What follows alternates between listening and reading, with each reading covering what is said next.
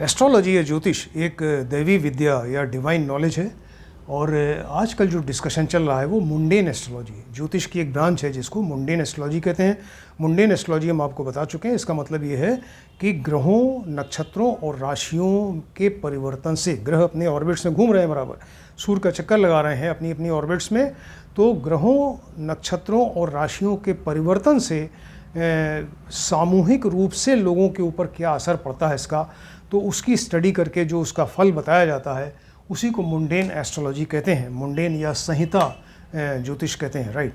तो आज का जो टॉपिक है मुंडेन एस्ट्रोलॉजी में वो है नव संवत्सर कुंडली बनाई जाती है। नव संवत्सर के बारे में आपको बता चुके हैं। नव संवत्सर या नव वर्ष जो होता है, संवत्सर वर्ष से फ़र्क होता है, ये सब आपको बताया जा चुका है पहले। तो नव संवत्सर जब स्टार्ट होता है तो उसी समय उसकी कुंडली बनाई जाती है, होरोस्कोप बनाया जाता है और उसी को नव संवत्सर कुंडली कहते हैं। और इससे फिर ज़्यादातर मौसम का, ऋतुओं का और वर्षा का अनुमान लगाते हैं, किस तरह की वर्षा होगी, फसल कैसी होगी और चीज़ों के दाम कम होंगे, ज़्यादा होंगे, ये सब चीज़ें, तमाम चीज़ें इसके देखी जाती हैं। और फिर उसका असर जो है बहुत सारे लोगों के ऊपर पड़ता है। तो ये इसी के बारे में आज डिस्कस करेंगे, राइट। तो नव संवत्सर कुंडली के बारे में आपको बताते हैं। तो चैत्र कृष्ण की अमावस्या, चैत्र महीना, कृष्ण पक्ष, चैत्र कृष्ण की अमावस्या तक सूर्य और चंद्र जो है ये मीन राशि में रहते हैं, राइट। चैत्र कृष्ण की अमावस्या तक सूर्य और चंद्रमा मीन राशि में रहते हैं। और जैसे ही चंद्रमा आगे बढ़ता है, यानी मीन राशि से आगे मेष राशि में आता है, तो चैत्र शुक्ल प्रतिपदा स्टार्ट हो जाती है। ये जनरली मार्च के महीने में होता है। तो जैसे ही चंद्रमा चैत्र शुक्ल प्रतिपदा मार्च के महीने में मेष राशि में आता है, तो उस तारीख को, उसी क्षण, जिस क्षण वो आया चंद्रमा मेष राशि में, तो उसी क्षण एक कुंडली बनाते हैं और उसको नव संवत्सर कुंडली कहा जाता है, राइट। अब ये जो कुंडली बन गई आपकी, तो ये पूरे एक नव संवत्सर यानी पूरे 12 चंद्रमास की एक कुंडली बन गई। और इस कुंडली में फिर ब्रह्मांड में, आकाश में जो ग्रह हैं और उनके हिसाब से वो उसका एक कैबिनेट बनाया जाता है। जिस तरीके से एक गवर्नमेंट होती है, एक कंट्री होती है और उसका एक कैबिनेट बनता है, तो उसी तरह से ये आकाशीय परिषद है। और कैबिनेट, इसमें कौन किस पोस्ट पर रहेगा, तो इसको देखा जाता है। उसके हिसाब से फिर वर्षा का और फसल का और मौसम का अनुमान लगाते हैं, राइट। तो ये जो कैबिनेट बना, इस कैबिनेट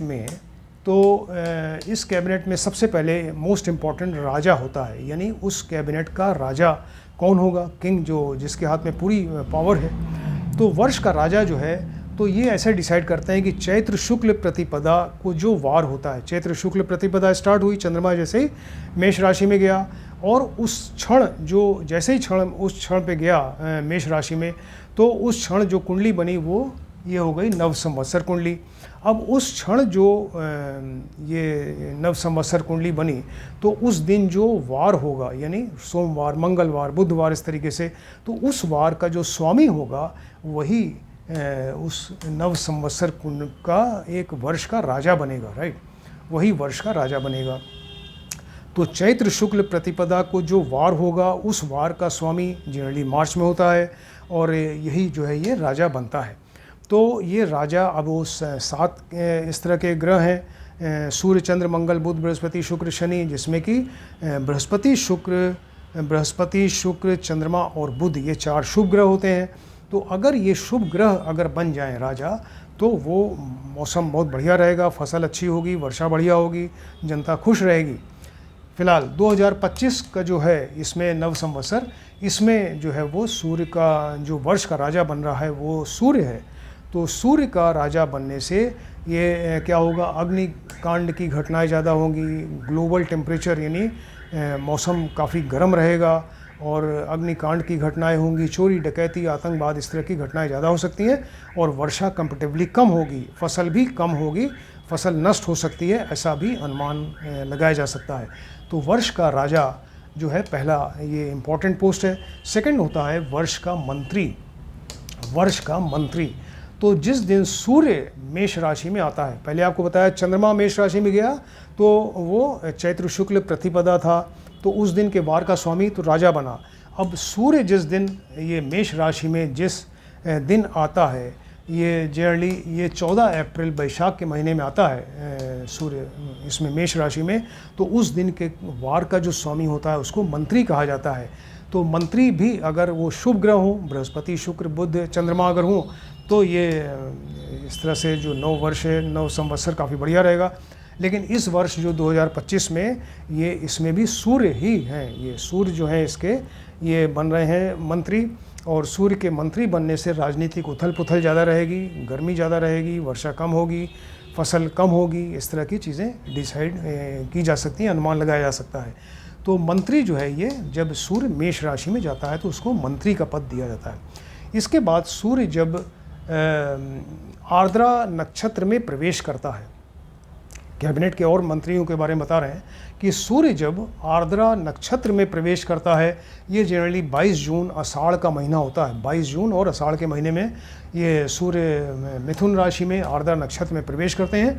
तो उस दिन जो वार होता है उसके स्वामी को मेघेश कहा जाता है। अब इसमें भी अगर बृहस्पति, शुक्र, चंद्र, बुध होंगे तो ज़्यादा अच्छा होगा।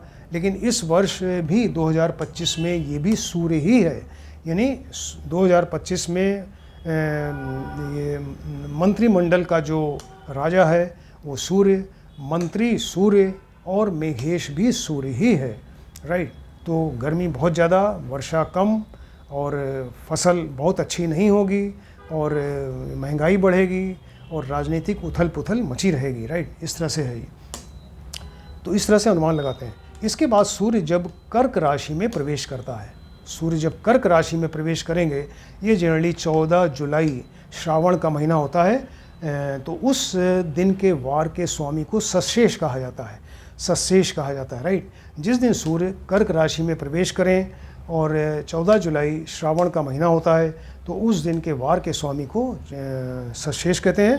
और ये भी उसी तरह से अगर कोई शुभ ग्रह हो, बृहस्पति, शुक्र, चंद्र, बुध, तो ये अच्छा होगा, ज़्यादा अच्छा होगा। लेकिन इसमें जो सशेष आ रहा है इस बार वो स्वामी बुध है, फिलहाल ये अच्छा है। स्वामी जो है इसके बुध हैं, राइट। जिस दिन कर्क राशि में प्रवेश कर रहे हैं सूर्य तो उस दिन के वार का स्वामी जो है वो बुध है, बुधवार है। तो इससे फसल अच्छी होगी, वर्षा अच्छी होगी और इसके अलावा चीज़ों के दाम कम होंगे और जनता सुखी रहेगी, ये अनुमान लगाया जा सकता है। इसके बाद है जब सूर्य इसमें सिंह राशि में प्रवेश करता है, लियो राशि। जब सूर्य सिंह राशि में प्रवेश करते हैं तो ये जनरली 14 अगस्त भादों का महीना होता है। और तो उस दिन के वार का स्वामी जो बनता है उसी को दुर्गेश कहा जाता है। दुर्ग माने किला, दुर्गेश कहा जाता है। तो सूर्य अपनी स्वराशि जब ये सिंह राशि में आएंगे, 14 अगस्त भादों का महीना जनरली होता है, ये उसको उस वार के स्वामी को दुर्गेश कहा जाता है। और इस जो दुर्गेश हैं ये भी सूर्य ही हैं। तो सूर्य होने से दुर्गेश यानी दुर्ग का मालिक सूर्य है, तो वो राजा हैं। तो ये अच्छा है, बल्कि मतलब हमारी जो मिलिट्री पावर है, आर्मी पावर, वो सब बढ़ेगी और इंडिया और स्ट्रांग होगा, भारतवर्ष और स्ट्रांग होगा। कोई अगर हमारे ऊपर अटैक होता है आतंकवाद का तो उसका मुंह तोड़ जवाब दिया जाएगा। ये दुर्गेश यहाँ पर सूर्य होने से ऐसा होगा, राइट।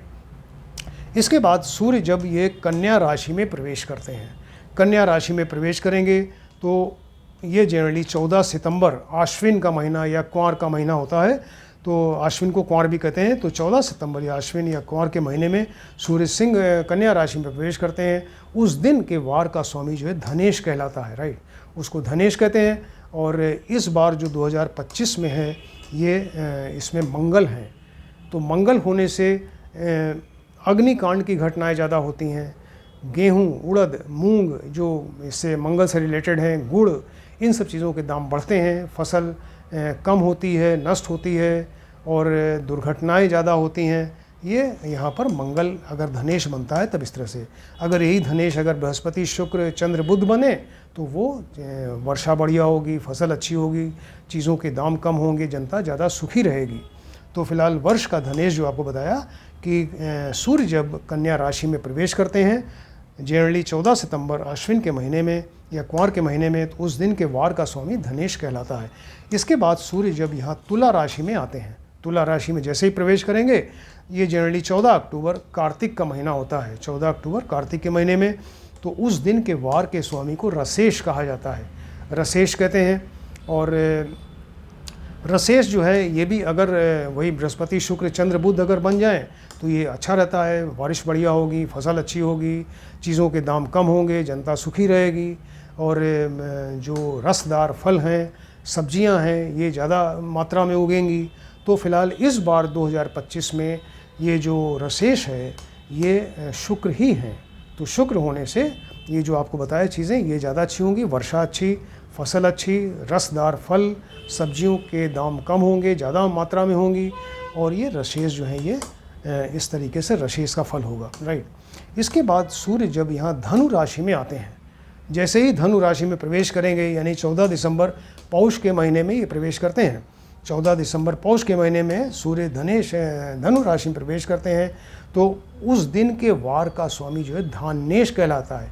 धान्येश, ये धनेश था, ये धान्येश होता है और इसमें भी अगर वो गुरु शुक्र बुध चंद्रमा हो, शुभ ग्रह हो, तो ये बहुत बढ़िया होता है। लेकिन इस बार 2025 में यहाँ पर धान्येश जो है मंगल है, तो मंगल होने से वो थोड़ा सा चीज़ों के दाम बढ़ेंगे, वर्षा कम होगी, ऐसा अनुमान लगाया जा सकता है। गर्मी बहुत ज़्यादा होगी, अग्निकांड की घटनाएं होंगी, चोरी डकैती आतंकवाद इस तरह की घटनाएं ज़्यादा होंगी अगर यहाँ ये मंगल जो है बन रहा है 2025 में, राइट। इसके बाद सूर्य जब यहाँ मकर राशि में प्रवेश करते हैं, सूर्य जब मकर राशि में प्रवेश करते हैं तो ये जनरली 14 जनवरी माघ का महीना होता है और उस दिन का जो वार होता है उसके स्वामी को नीरसेश कहा जाता है, नीरसेश। तो नीरसेश जो है अगर ये भी वही उसी तरह से बृहस्पति शुक्र चंद्र बुध अगर हों तो ज़्यादा अच्छा है और 2025 में ये बुध ही हैं इसके नीरसेश, तो इस तरह से ये अच्छा है, यानी बारिश अच्छी, फसल अच्छी, चीज़ों के दाम कम, जनता सुखी रहेगी, ये ऐसा अनुमान लगाया जा सकता है नीरसेश बुध के होने से। इसके बाद ये सूर्य जब यहाँ पर मीन राशि में प्रवेश करते हैं, सूर्य मीन राशि में जब प्रवेश करते हैं ये जनरली 14 मार्च चैत का महीना होता है और उस दिन के वार के स्वामी को फलेश कहा जाता है।